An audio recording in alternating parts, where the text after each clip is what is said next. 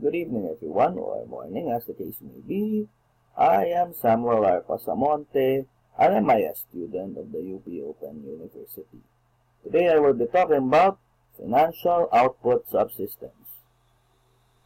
Financial information systems rely on external sources such as online databases and their inputs.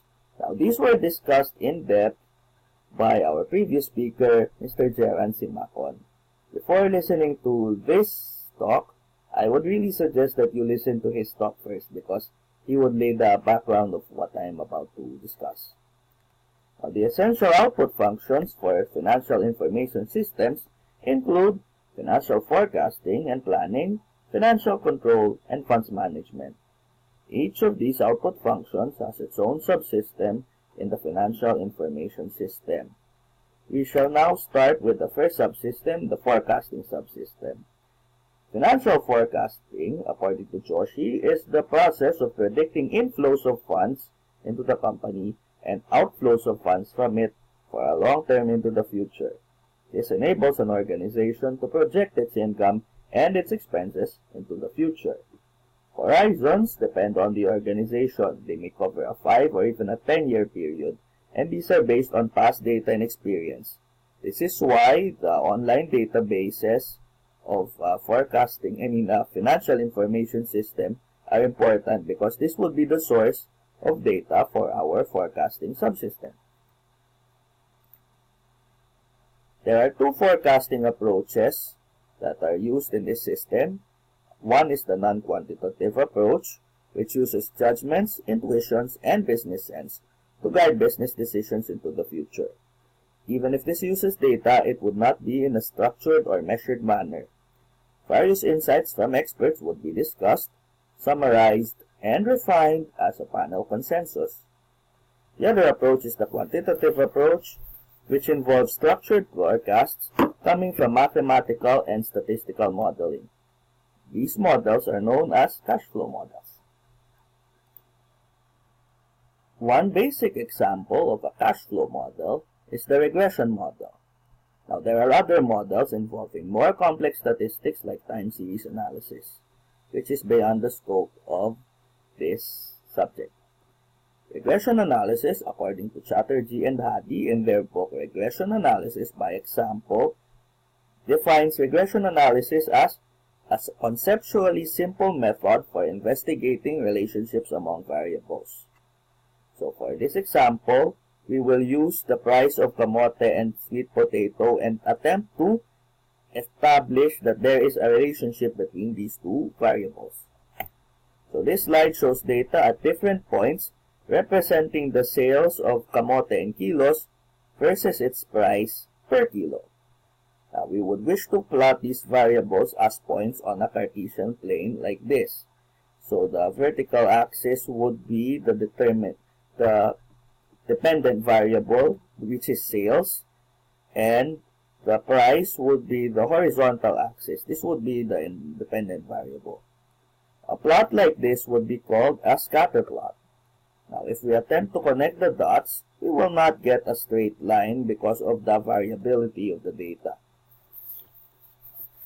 However, using a regression formula, we can come up with an equation of a straight line based on the plotted points. Something like this. This line is called the trend line, which is the best fit for these points.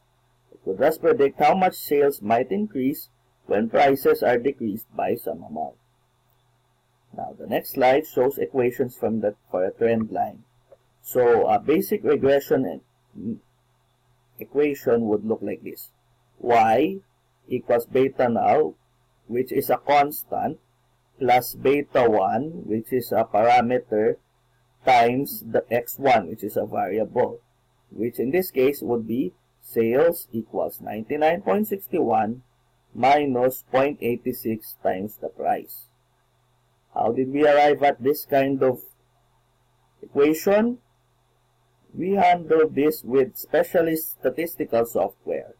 In this case, we use the statistical analysis system, which I shall now demonstrate. So, this is the statistical analysis software, or SAS. Now, this part imports the data which is being used for the kamote example, and this processes the regression model which is shown in this output. So there are a number of statistics here, and these are the parameter estimates which correspond to your B0 and B1. So that's for the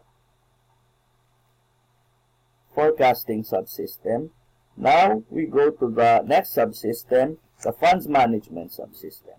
As you can see, funds management is a critical function of the financial MIS. Outputs from this subsystem help track cash flow issues and manage the flow of money in and out of an organization.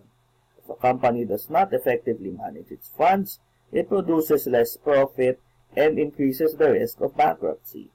So this subsystem, it helps manage a company's liquid assets such as cash or securities for high yields with the lowest degree of loss risk. Some firms would use computerized systems to manage their securities portfolios, meaning the investments that they have. Other firms would deploy credit-granting decision support systems to manage funds being disbursed to customers as credit. The final subsystem is the control subsystem. Financial control is control of financial resources as they flow into the organization as revenues and shareholder investments, as they are held by the organization, such as working capital and retained earnings, and as it flows out by the organization as expenses. Now, the primary tool of a financial control is the budget. A budget specifies the resources committed to a plan for a given project or time period. Organizations and offices within the organizations always operate within the bounds of this budget. And there are three approaches to budgeting. Top-down, meaning the top-level manager decides on a budget and imposes it on the entire organization. Bottom-up, where lower-level managers submit their budget requirements to upper management.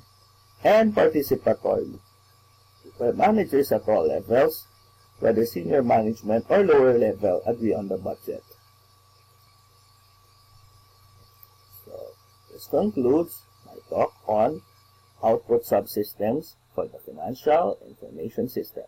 Thank you so much for listening. Good day.